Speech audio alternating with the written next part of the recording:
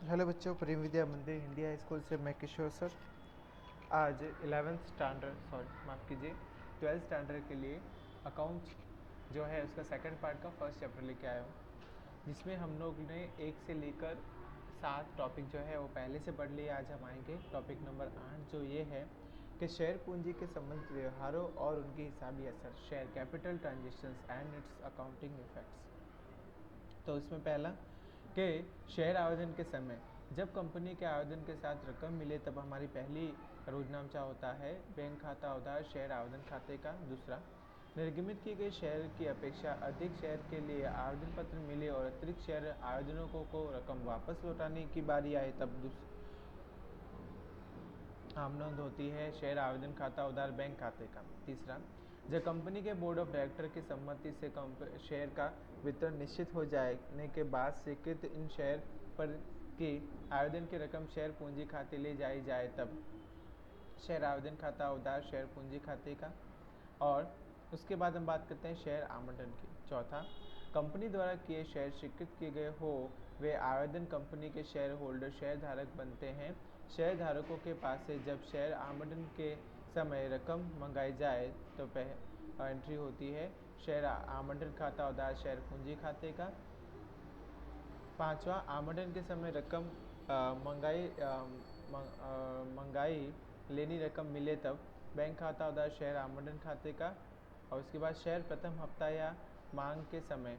छठा, आवंटन की रकम मिलने के बाद कंपनी जब प्रथम हफ्ता मंगाए तब शेयर प्रथम हफ्ता खाता उधार शेयर पूंजी खाते का। सातवां, शेयर प्रथम मांग की रकम मिले तब बैंक खाता उधार शेयर प्रथम मांग खाते का। और दूसरे शेयर के मांग या तीसरे शेयर किस्त की रकम कंपनी द्वारा शेयरधारकों के पास से मंगाई जाए तब और मंगाई रकम की लेनी रकम मिले तब के ऊपर के अनुसार प्रविष्टि 5 और 6 और 7 के लिखेंगे।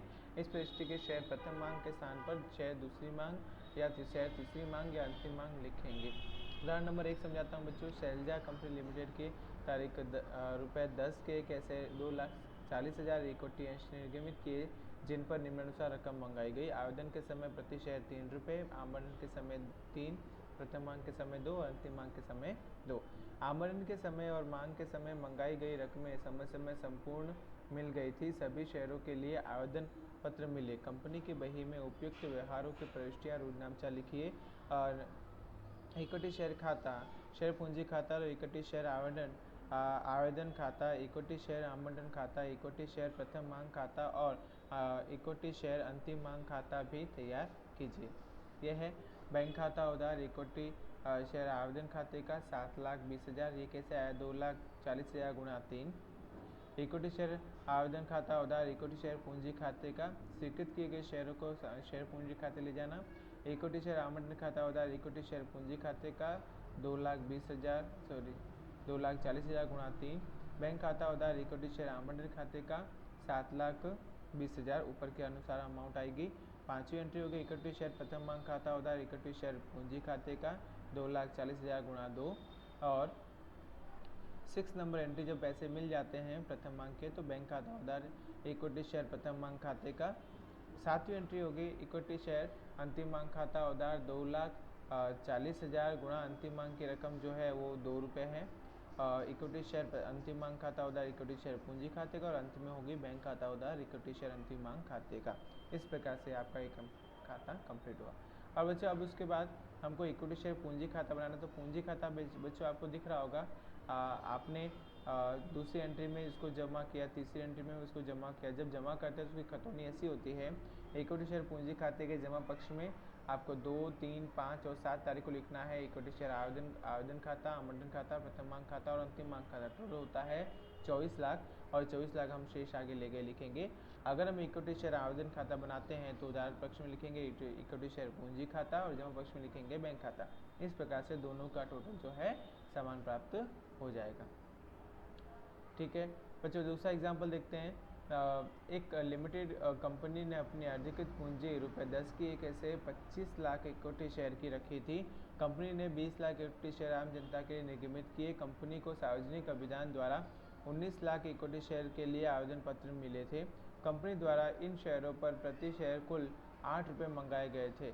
और संपूर्णतः मिल गए। उपयुक्त विवरण पर से शेयर पूंजी वर्गीकृत कीजिए। अधिकृत पूंजी 10 रुपये के दर से 25 लाख यानी 2 करोड़ 50 लाख। प्रकाशित पूंजी 10 रुपये की दर से 20 लाख यानी कि 2 करोड़ रुपए।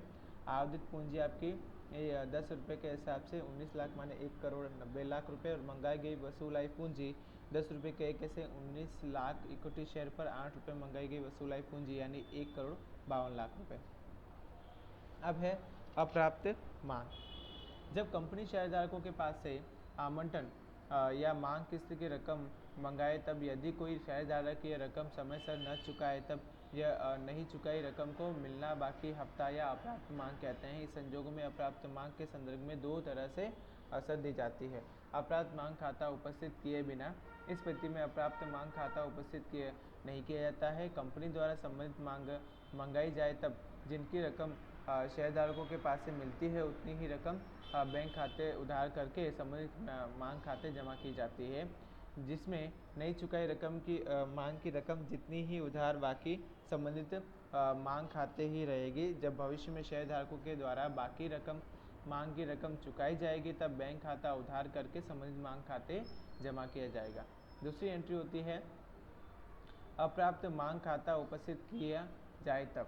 इस स्थिति में अप्राप्त मांग खाता उपस्थित किया जाए, तब संबंधित मांग की रकम मंगाई जाए, तब जितनी रकम शेयरधारकों द्वारा चुकाई जाए तो बैंक खाते उधार किया जाता है, और जितनी रकम शेयरधारकों द्वारा नहीं चुकाई जाती है तब अप्राप्त मांग खाते उधार किया जाता है। भविष्य में जब अप्राप्त मांग की रकम मिलेगी, तब बैंक खाता उधार करके अप्राप्त मांग खाते जमा किया जाएगा, जिसके अप्राप्त मांग खाता बंद हो जाएगा। उपयुक्त उदाहरणों पर दोनों पद्धतियों का एग्जाम्पल देखते हैं।